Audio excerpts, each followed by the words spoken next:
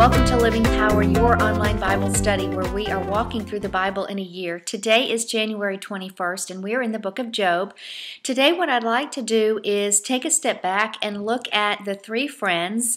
There is an interesting series of three going on. First of all, we have three friends. We have three friends that are making three of the same arguments, and we have three friends that are making three of the same mistakes. So that's what we're going to look at today.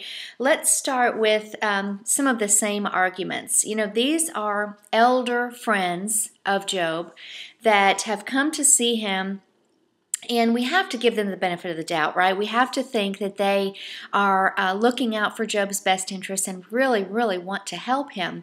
But they make some arguments based on inaccurate assumptions or faulty assumptions about God, and here they are. First, they believe that God blesses the righteous and punishes the wicked.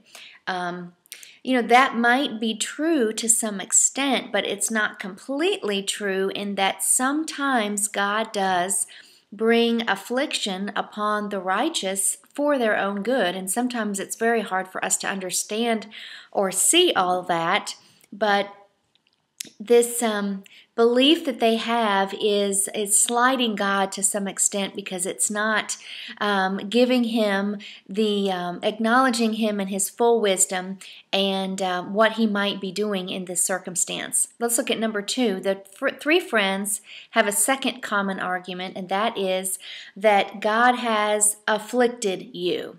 Well, they had no idea about the discourse that went on in heaven. They had no idea that the devil had come to the Lord in heaven and had accused Job. God is not afflicting Job. God is allowing the devil to do these things as a means of a test. Now, the three friends also say that Job must have sinned, and that must have been the reason for his present difficulty. And we know that that is really pigeonholing God into being a God that only does things because of consequence. And that's not always the case.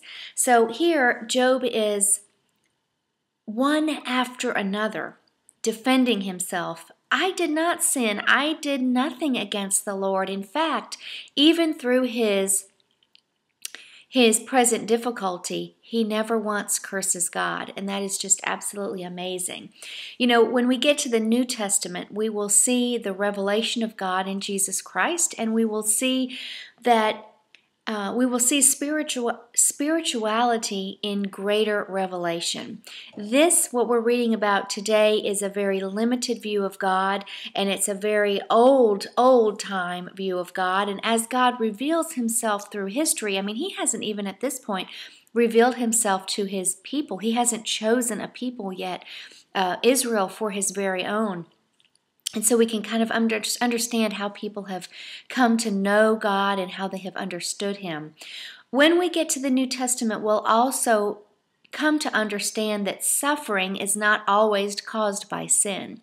But that is a very real and present belief at this time in history.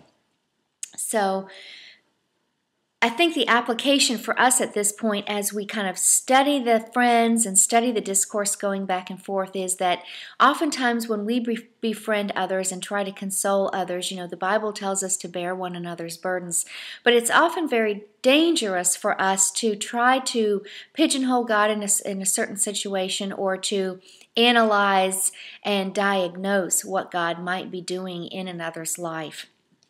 Now, the three friends also make three mistakes. And the first one is that they are failing to sympathize. They are sitting on their perch and they are looking down, and they are telling their friend Job everything that is wrong with him. They are failing to sympathize. Number two, we've talked about them having a rigid concept of God, which might to some extent be true, but wasn't completely true. And number three, they're very proud. They're very proud of their beliefs and their understandings of the Lord, and they're certainly not afraid to share that with Job. Do you think that they're being very effective with Job? in consoling him or helping him to see a whole new perspective? Probably not. If we look at Job's response, he keeps saying, I believe that God is just, and I believe that he is powerful, and I have not sinned. He keeps saying that, and that's true. We understand the story to be true about it. And he also has this expectation that God will vindicate him. And he has this sense that if I could just talk with God, I could plead my case to him and he would vindicate me. Do you see the contrast between the Old and the New Testament? In the New Testament, we have an intercessor in Jesus Christ, a high priest that allows us to come before the throne and talk face to face with God. This is not a realization that Job had or that his friends had in their life. Praise be that we live this side of the cross and can have that intimacy with God that they lacked. And we can apply some of the understandings of Job to our own life. If Job had known about this conference in heaven, there would have been no need for him to have faith through his circumstance.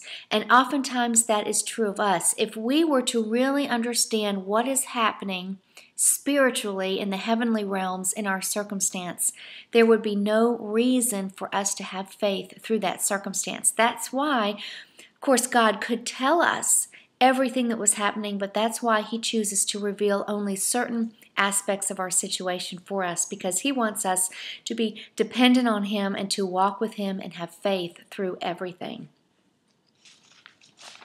Now, let's talk about in chapter 9, we just absolutely can't miss this. There are a lot of attributes of God described in chapter 9, specifically things that God can do. And that's how I want to leave you today, is thinking about how powerful and wonderful your God is, how capable he is, that he can walk with you and you are able, with God's help, to handle whatever it is he is calling you to do this day.